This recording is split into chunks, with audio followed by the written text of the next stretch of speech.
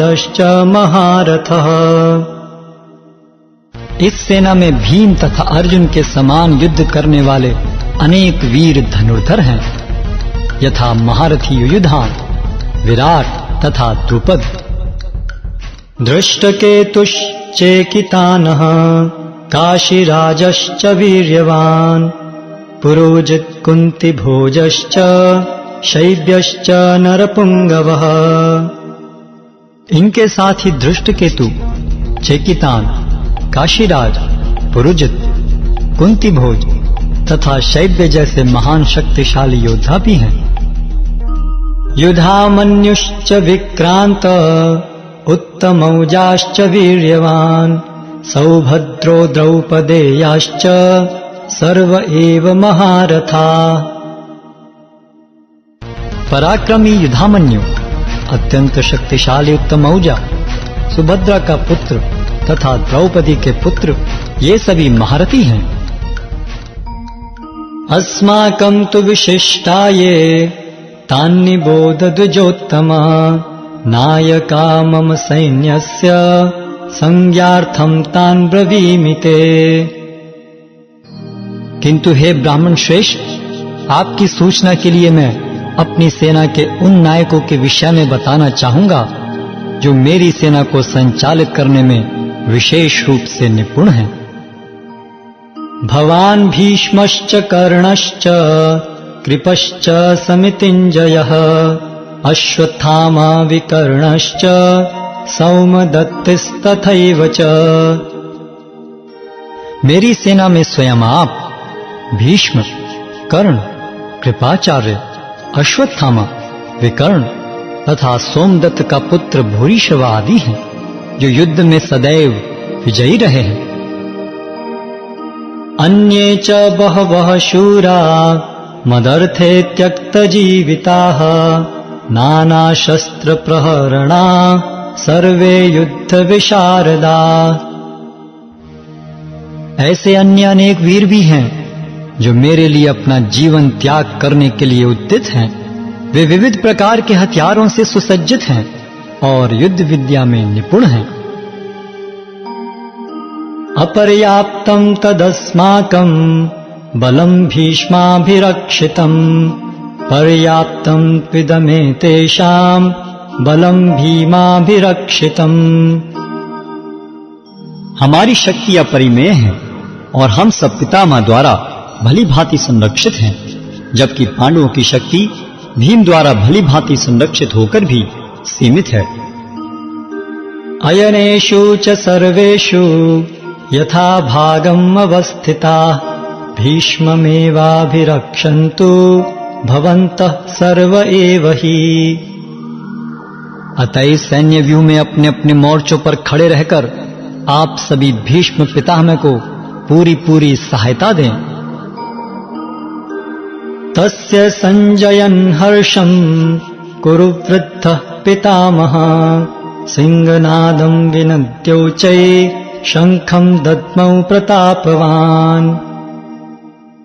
तब कुरुवंश के वयोवृद्ध परम प्रतापी एवं वृद्ध पितामह ने सिंह गर्जना की सी ध्वनि करने वाले अपने शंख को उच्च स्वर में बजाया, जिससे दुर्योधन को हर्ष हुआ। ततः शंखाश्च भैर्यश्च पाण्डवानकगोमुखाः सहसैवाभ्यहन्यन्त सशब्दस्तु मुलोऽभवत्। तत्पश्चात शंख, नगाड़े, बिगुल, तुरही तथा सींग सहसा एक साथ बज उठे। यह संवेद स्वर अत्यंत कोलाहलपूर्ण था। ततः श्वेतैर्हरैर्युक्ते महती स्यन्दने स्थितौ माधवः पाण्डवश्चैव दिव्यौ शंखौ प्रदध्मतुः। दूसरी ओर से श्वेत घोड़ों द्वारा खींचे जाने वाले विशाल रथ पर आसीन कृष्ण तथा अर्जुन ने अपने अपने दिव्य शंख बजाए। पांचजन्यं ऋषिकेशो देवदत्तं धनंजयः पौंड्रं दध्मौ महाशंखं भीमकर्मावृकोदरः। भगवान कृष्ण ने अपना पांचजन्य शंख बजाया, अर्जुन ने देवदत्त शंख तथा अति भौजी एवं अति मानवीय कार्य करने वाले भीम ने पौंड नामक भयंकर शंख बजाया। अनंत विजयम राजा कुंती पुत्रो युधिष्ठिरः नकुलः सहदेवश्च सुघोषं मणिपुष्पकौ काश्यश्च परमेश्वासः शिखण्डी च महारथः दृष्टद्युम्नो विराटश्च सात्यकिश्चापराजितः द्रुपदो द्रौपदेयाश्च सर्वशः पृथिवीपते सौभद्रश्च महाबाहु शंखान् दद्मुः पृथक् पृथक्। हे राजन, कुंती पुत्र राजा युधिष्ठिर ने अपना अनंत विजय नामक शंख बजाया तथा नकुल और सहदेव ने सुघोष एवं मणिपुष्पक शंख बजाए। महान धनुर्धर काशीराज, परम योद्धा शिखंडी, धृष्टद्युम्न, विराट, अजय सात्यकी, द्रुपद, द्रौपदी के पुत्र तथा सुभद्रा के महाबाहु पुत्र आदि सबों ने अपने अपने शंख बजाए।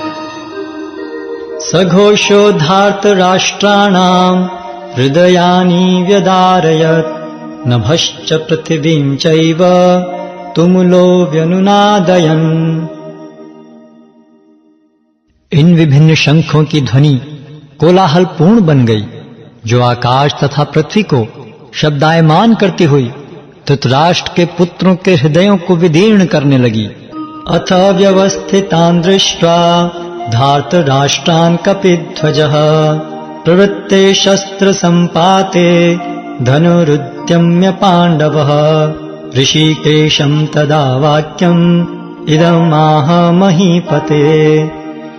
उस समय हनुमान से अंकित ध्वजा लगे रथ पर आसीन पांडुपुत्र अर्जुन अपना धनुष उठाकर तीर चलाने के लिए उद्यत हुआ। हे राजन, धृतराष्ट्र के पुत्रों को व्यूह में खड़ा देखकर अर्जुन ने श्री कृष्ण से ये वचन कहे। अर्जुन उवाच सेनयोरुभयोर्मध्ये रथं स्थापयम्यच्युत यावदेतान् निरीक्षेऽहं योद्धुं कामान् व्यवस्थितान् कैर्मया सह योद्धव्यम् अस्मिन् रणसमुद्यमे। अर्जुन ने कहा, हे अच्युत, कृपा करके मेरा रथ दोनों सेनाओं के बीच ले चलें, जिससे मैं यहाँ उपस्थित युद्ध की अभिलाषा रखने वालों गताः धार्तराष्ट्रस्य दुर्बुद्धेर् युद्धे प्रिय चिकीर्षवः। मुझे उन लोगों को देखने दीजिए जो यहाँ पर धृतराष्ट्र के दुर्बुद्धि पुत्र को प्रसन्न करने की इच्छा से लड़ने के लिए आए हुए हैं। संजय उवाच एवमुक्तो ऋषिकेशो गुडाकेशेन भारत सेनयोरुभयोर्मध्ये स्थापयित्वा रथोत्तमम्। संजय ने कहा, हे भरतवंशी, अर्जुन द्वारा इस प्रकार संबोधित किए जाने पर भगवान कृष्ण ने दोनों दलों के बीच में उस उत्तम रथ को लाकर खड़ा कर दिया। भीष्म द्रोणः प्रमुखतः सर्वेषां च महीक्षिताम् उवाच पार्थ पश्यैतान् समवेतान् कुरुनिति। भीष्म, द्रोण तथा विश्व भर के अन्य समस्त राजाओं के सामने भगवान ने कहा कि हे पार्थ, यहाँ पर एकत्र सारे कुरुओं को देखो। तत्रापश्यत् स्थितान् पार्थः पितॄन् पितामहान् आचार्यान् मातुलान् भ्रातॄन् पुत्रान् पौत्रान् सखींस्तथा श्वशुरान् सुहृदश्चैव सेनयोरुभयोरपि। अर्जुन ने वहां पर दोनों पक्षों की सेनाओं के मध्य में अपने चाचा ताऊओं, पितामहों, गुरुओं, मामाओं, भाइयों, पुत्रों, पौत्रों, मित्रों, ससुरों और शुभ चिंतकों को भी देखा। तान् समीक्ष्य स कौन्तेयः सर्वान् बन्धून् अवस्थितान् कृपया परयाविष्टो विषीदन्निदमब्रवीत्। जब कुंती पुत्र अर्जुन ने मित्रों तथा संबंधियों की इन विभिन्न श्रेणियों को देखा तो वह करुणा से अभिभूत हो गया और इस प्रकार बोला। अर्जुन उवाच दृष्ट्वेमं स्वजनं कृष्ण युयुत्सुं समुपस्थितं सीदन्ति मम गात्राणि मुखं च परिशुष्यति। अर्जुन ने कहा, हे कृष्ण, इस प्रकार युद्ध की इच्छा रखने वाले अपने मित्रों तथा संबंधियों को अपने समक्ष उपस्थित देखकर मेरे शरीर के अंग कांप रहे हैं और मेरा मुंह सूखा जा रहा है। वेपथुश्च शरीरे में रोमहर्षश्च जायते गांडीवं संसते हस्तात् त्वक्चैव परिदह्यते। मेरा सारा शरीर कांप रहा है, मेरे रोंगटे खड़े हो रहे हैं, मेरा गांडीव धनुष मेरे हाथ से सरक रहा है और मेरी त्वचा जल रही है। न च शक्नोम्यवस्थातुं भ्रमतीव च मे मनः निमित्तानि च पश्यामि विपरीतानि केशव। मैं यहां अब और अधिक खड़ा रहने में असमर्थ हूं। मैं अपने को भूल रहा हूं और मेरा सिर चकरा रहा है। हे कृष्ण, मुझे तो केवल अमंगल के कारण दिख रहे हैं।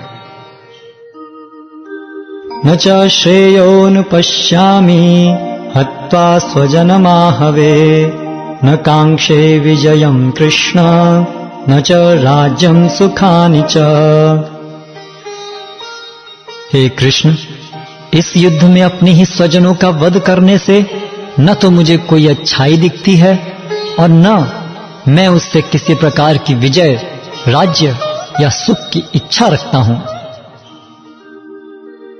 किं नो राज्येन गोविंद किं भोगैर्जीवितेन वा येषामर्थे कांक्षितं नो राज्यं भोगः सुखानि च।